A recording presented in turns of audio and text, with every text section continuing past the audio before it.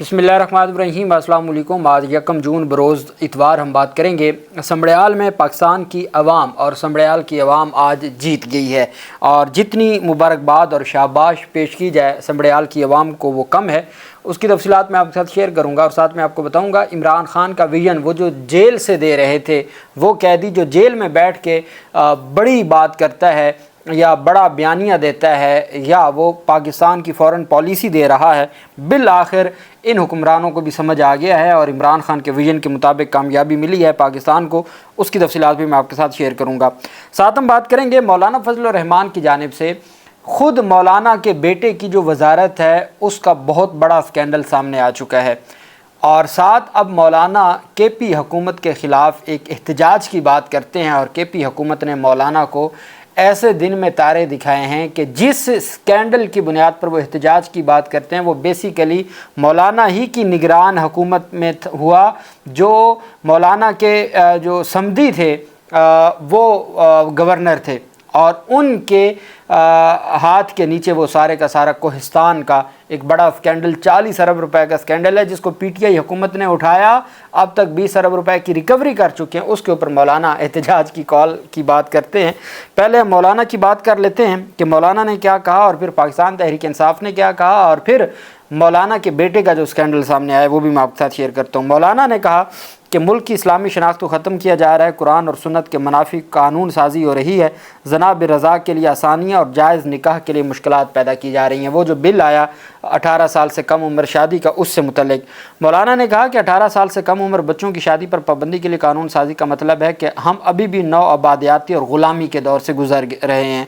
उन्होंने कहा मुल्क की इस्लामी शनाख्त को ख़त्म किया जा रहा है, कुरान और सुन्नत के मुनाफी कानून साजी हो रही है, जबकि मुल्की आइन में सराहत के साथ कहा गया है कि कुरान और सुन्नत के मुनाफी कोई कानून साजी नहीं होगी। अगलों ने अदलिया का निज़ाम ख़त्म करने के लिए, मर्ज़ी के बेंच बनाने के लिए 26वीं तरमीम में जो किया वो फौरी तौर पर अमल दरामद किया और मौलाना को कहा कि 2028 तक सूद का ख़ात्मा होगा। और मौलाना इसी बात पे राज़ी हो के जो उन्होंने हमारे निज़ाम इंसाफ का तबाही फेर दी है उसमें मौलाना बराबर के शरीक हैं।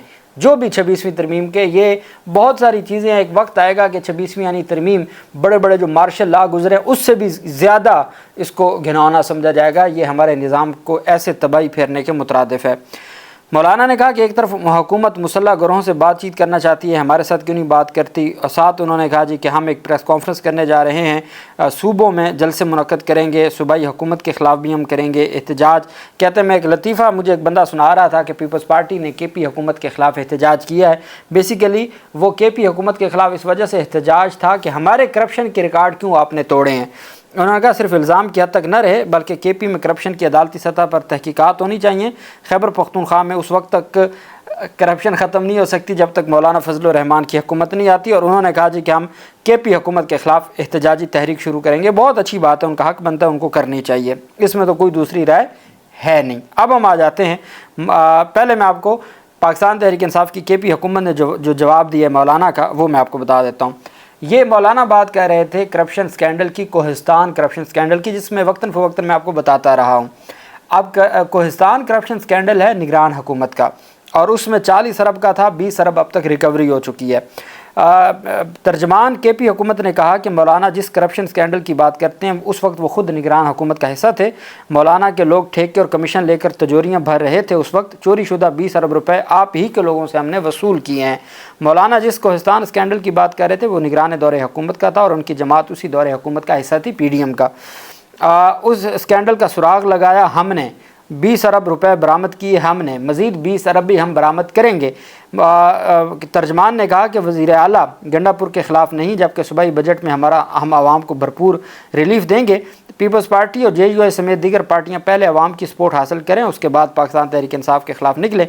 उन्होंने कहा कि मौलाना कहते हैं कि मेरी जमात की हुकूमत आएगी तो करप्शन होगी। ये जो हम करप्शन की सफाई कर रहे हैं ये मौलाना ही की हुकूमत की थी, चूँकि PDM की हुकूमत और फिर PDM की दौरान हुकूमत निगरान हुकूमत रही KP में और वो सारी मौलाना के पास थी। मौलाना के जो गवर्नर थे वो सारी हुकूमत चला रहे थे और सारे इख्तियारात उनके पास थे। ये बात उनकी जानिब से की गई। अब हम आ जाते हैं मौलाना के बेटे का जो स्कैंडल सामने आया है बतौर वफाकी वजारत मवासलात। اس میں جو ایک بڑا اسکینڈل یہ JUI کو دی گئی تھی۔ پبلک اکاؤنٹس کمیٹی جنید اکبر خان والی جو PTI والی پبلک اکاؤنٹس کمیٹی میں یہ انکشاف ہوا ہے کہ JUI کو دی گئی وفاقی وزارت مواصلات میں 2022 اور 23 میں یہ PDM کے دور حکومت میں 22 اور 23 میں 5000 سے زائد غیر قانونی بھرتیاں کی گئی ہیں۔ بندہ سر پکڑ کے بیٹھ جائے، ایک ادارہ ہے مواصلات کا، یہ جو آپ کو پوسٹ آفس اور یہ مواصلات کا ادارہ ہے، جمعیت علماء اسلام کو خیرات میں دیا گیا تھا، تقسیم ہوئی تھی نا PDM کے دور میں، اس میں صرف ایک ادارے میں 5000 غیر قانونی بھرتیاں کی ہیں مولانا نے، اور آج بات کرتے ہیں کہ جی مجھے حکومت دے دی جائے۔ چیئرمین PSC جنید اکبر کی زیر صدارت اجلاس ہوا، جہاں وزارت مواصلات میں ہزاروں غیر قانونی بھرتیوں کا انکشاف ہوا اور آڈٹ اطلاعات سے آگاہ کیا گیا۔ وزارت مواصلات میں بھرتیاں مولانا اسد محمود کے دور میں گریڈ 1 سے گریڈ 15 میں کی گئیں۔ آڈٹ حکام نے بتایا کہ ایسے لوگوں کو بھی بھرتی کیا گیا جنہوں نے ان بھرتیوں کے لیے اپلائی بھی نہیں کیا تھا، جس پر جنید اکبر نے اکثریت کے دستاویزات بھی جعلی تھے۔ اکبر نے کہا کہ اکثریت کے دستاویزات بھی جعلی تھے اور 10 سے 15 لاکھ میں ایک اسامی فروخت ہوئی۔ یہ ہے مولانا، یہ 10 سے 15 لاکھ میں ایک اسامی فروخت ہوئی، 5000 سے زائد بھرتیاں ہوئیں، کچھ نے بھرتیوں کے لیے اپلائی نہیں کیا تھا، اکثریت کی جو ڈگریاں تھیں یا دستاویزات تھیں وہی جعلی تھے۔ وزارت مواصلات کے حکام نے بتایا کہ جن افراد کے دستاویزات غلط ہیں ان کے خلاف کارروائی کی جا رہی ہے۔ چیئرمین PSC نے کہا کہ یہ بہت بڑا مسئلہ ہے، کئی افراد ٹیسٹ کرنے کے لیے نہیں آئے اور نہ ہی کئی افراد نے انٹرویو دیا، یہ نیب کو بھجوانا بنتا ہے۔ مسلم لیگ نون کے سینیٹر نے کہا کہ ان افراد کے خلاف بھی ایکشن ہونا چاہیے جنہوں نے پیسے لے کر یہ اسامیاں لی ہیں۔ پاکستان پوسٹ کے حکام نے بتایا کہ تمام ہائی کورٹس میں اس کے خلاف لوگ اسٹے لے چکے ہیں، جن لوگوں کو ہم نے گھر بھیجا ان کو عدالت نے بحال کر دیا، جبکہ اجلاس میں پاکستان پوسٹ آفس کی جانب سے 314 افراد کی غیر قانونی بھرتیوں کا بھی انکشاف ہوا۔ جنید اکبر نے کہا کہ تمام ایڈوکیٹ جنرلز کو اور اٹارنی جنرل کو بلائیں اور اس مسئلے کا بتائیں کہ اسٹے کیسے ختم ہو۔ اس پر سیکرٹری مواصلات کا کہنا تھا تعدیبی کارروائیاں شروع کی گئی ہیں لیکن عدالتوں سے اسٹے آ جاتے ہیں۔ PSC نے معاملہ نیب کو بھجواتے ہوئے اس معاملے پر اٹارنی جنرل آف پاکستان کو طلب کرنے کا فیصلہ کیا ہے۔ یہ معاملہ اب مولانا کے بیٹے کے خلاف تحقیقات نیب کو بھجوا دی گئی ہیں اور ساتھ اٹارنی جنرل آف پاکستان کو بلایا گیا ہے کہ آپ بتائیں یہ اسٹے کیسے ختم ہوں گے، تاکہ یہ جو 5000 غیر قانونی بھرتیاں ہوئی ہیں اس کا کچھ تو کریں، کسی کنارے تو لگے۔ اب ہم آ جاتے ہیں عمران خان جیل میں بیٹھ کے بار بار ایک دکھ کا اظہار کرتے رہے کہ خدا کے لیے ہمارے جو پڑوس میں ہے افغانستان، وہ ہمارا ایک اسلامی ملک ہے، ہمارے بھائی ہیں، آپ ان کے ساتھ معاملات بہتر کریں۔ بلاول جتنا عرصہ وزیر خارجہ رہے معاملات بہتر نہ ہوئے۔ اب شکر یہ ہے کہ پاکستان کے جو موجودہ وزیر خارجہ ہیں اسحاق ڈار، وہ گئے بھی اور ان کے معاملات بہتر انداز میں آگے چلنا شروع ہوئے اور اب دونوں ممالک نے سفیر قائم کرنے کا فیصلہ کیا ہے۔ ساتھ ہی جو TTP ہے تحریک طالبان پاکستان، ان کو بھی وارننگ دے دی ہے افغان طالبان نے پاکستان پہ حملے کے خلاف۔ اچھا، نائب وزیر اعظم اسحاق ڈار اور افغانستان کے قائم مقام وزیر خارجہ کے درمیان رابطہ ہوا، جس میں امیر خان متقی نے پاکستان کے سفارتی تعلقات کو سفیر کی سطح پر بلند کرنے کے فیصلے پر خوشی کا اظہار کیا۔ افغان وزیر خارجہ نے اس فیصلے کا خیر مقدم کرتے ہوئے اعلان کیا کہ افغانستان بھی اسی نوعیت کا اقدام کرے گا جیسے دونوں ممالک کے درمیان تعلقات پیش رفت ہوئی ہے۔ 19 اپریل 2025 کے اسحاق ڈار کے دورہ کابل کے دوران طے پانے والے فیصلوں پر عمل درآمد کا جائزہ لیا گیا۔ دونوں رہنماؤں نے دونوں ممالک کو اکٹھا کرنے کے لیے Uzbekistan, Afghanistan, Pakistan UAP railway line منصوبے کی اہمیت پر زور دیتے ہوئے دونوں وزرائے خارجہ نے اس فریم ورک معاہدے کو جلد حتمی شکل دینے کے لیے قریبی تعاون پر اتفاق کیا۔ 2 روز قبل وزیر خارجہ نے افغانستان میں اپنے سفارت خانے کو سفیر کی سطح پر اپ گریڈ کرنے کا اعلان کیا تھا، جس کے جواب میں افغانستان نے بھی گزشتہ روز اسلام آباد میں تعینات اپنے ناظم الامور کو سفیر کی سطح تک بڑھا دیا ہے۔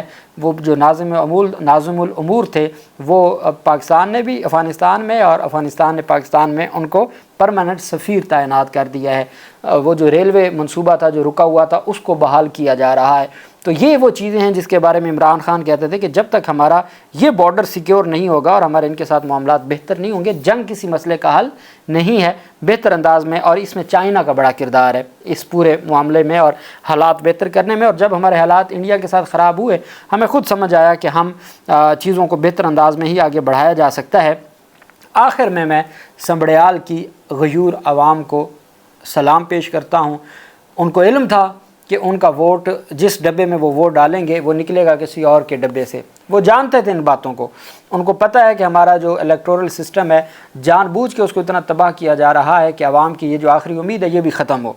एक तबका पहले ये बात करता है कि इस इलेक्टोरल सिस्टम से कभी तब्दीली नहीं आएगी, लेकिन तब्दीली का कोई और ऑप्शन भी नहीं है। आप जानते हैं एहतजाज तक का रास्ता बंद कर दिया गया है, उनको दीवारों में चुन दिया गया है। जो एहतजाज की बात करते हैं और जो इनकलाब की बात करते हैं, उन लोगों को चुन चुन के मारा गया और फिर इंसाफ भी ना मिला। ये सारी चीज़ें कुछ प्रैक्टिकल चीज़ें होती हैं। प्रैक्टिकली ये कि 8 फरवरी को ग्रीन रेवोल्यूशन आया है, हाँ उसको तस्लीम नहीं किया गया, ये दूसरी बात है, लेकिन पहली दफ़ा लोग किसी नज़रिए को वोट देने आए हैं। ये पाकिस्तान की 70-75 साल तारीख़ में पहली दफ़ा हुआ, फिर लोगों ने अपने वोट पे पहरा दिया। अब आज क्या हुआ, समड़ियाल में आपने रियासती जबर, धौंस, धांधली और ताकत के हर हथकंडे का मुकाबला किया। फार्म 45 जो पाकिस्तान तहरीक इंसाफ अब तक शो करवा चुकी है, पीटीआई जीत चुकी है, लेकिन ना आरओ के दफ्तर में जाने दिया जाता है। कई फार्म 45 नहीं मिले। इस दफ़ा फार्म 45 पहले से ही तैयार थे। इस दफ़ा फार्म 45 पर जीती है हमारी मुस्लिम लीग नून, चूँकि पहले ही फार्म 45 और फिर मरीम नवाज़ ने बाकायदा तौर पर मुबारकबाद भी, ह्यूज लीड, शेर आया, ये मरीम नवाज़ की जानिब से भी कहा गया। अच्छा, लेकिन समड़ियाल की आवाम ने रियासती जो हुकूमती जबर था, धौंस, धांधली और ताकत के हर हथकंडे का मुकाबला किया, जुर्रत और इस्तकामत का मुजाहरा किया। वो तारीख़ में सुनहरी हरूफ में लिखा जाएगा। एक नशिस्त की जीत यह हर कोई बड़ी बात नहीं होती, लेकिन जिस हौसले और शऊर के साथ फिस्तायत को ललकारा गया वो एक तारीख़ रकम हो गई है। एक सीट के लिए इस दफ़ा रेंजर्स तैनात नहीं थी, सारा कुछ ही पुलिस के अख्तियार में दिया गया था। आईजी पुलिस को मरीम नवाज़ ने शाबाश दी होगी कि पोलिंग स्टेशन के अंदर भी पुलिस थी, बाहर भी पुलिस थी, और आधे पंजाब की पुलिस वहाँ बुलाई हुई थी। तो पुलिस ने इलेक्शन करवाया, ये वो इलेक्शन था जो पुलिस ने करवाया। सरकारी मशीनरी, धांधली, हरबे, bureaucracy, election commission, Peoples Party कह लिए धांधली हो रही है, इलेक्शन कमीशन मुस्तरद करता है इन इल्ज़ामात को, इलेक्शन कमीशन मुस्तरद कह रहा है। इन तमाम के बावजूद ये इलेक्शन सिर्फ एक ज़िमनी इंतखाब नहीं था। ये जिनको लगता था कि मकबूलियत ख़त्म हो चुकी है, उनको भी पता चल गया कि मकबूलियत आज भी उसी की है जो कैदी नंबर 804 है। हाँ, जितनी देर करेंगे नुकसान किसको है, पाकिस्तान को नुकसान है। दुख की बात यह है कि हम इरिपेरेबल लॉस कह रहे हैं, ये नाकाबिल तलाफ़ी नुकसान है जो हम दिन ब दिन करते जा रहे हैं, और इसको कैसे कंपनसेट किया जाएगा मुश्किल होता जा रहा है। और हमें हर सूरत अपनी ज़िम्मेदारियाँ निभानी होंगी और हमें कौम की मंशा के मुताबिक और आइन की मंशा के मुताबिक मुल्क को चलाना होगा। आज उन्होंने साबित कर दिया कि 3 साल उनके साथ जो सलूक किया गया वो फिर भी नहीं डरे, वो डटे हुए हैं और अपने नज़रिए के साथ खड़े हैं, और आज फिर उन्होंने वोट की ताकत से खा दिया है। नतायज कुछ भी हैं, वो आप भी जानते हैं, मैं भी जानता हूँ, हम पहले से जानते थे कि नतायज क्या आएंगे, लेकिन लड़े हैं और दिखाया है और कंपेन की है। 7 दिन पूरे मुल्क की को मोबिलाइज़ किया है और दिखाया है कि जी एक ज़िमनी इलेक्शन है और कैसे होता है। अल्लाह पाक पाकिस्तान का हामी नासिर हो। बहुत शुक्रिया। अल्लाह हाफिज़। पाकिस्तान जिंदाबाद।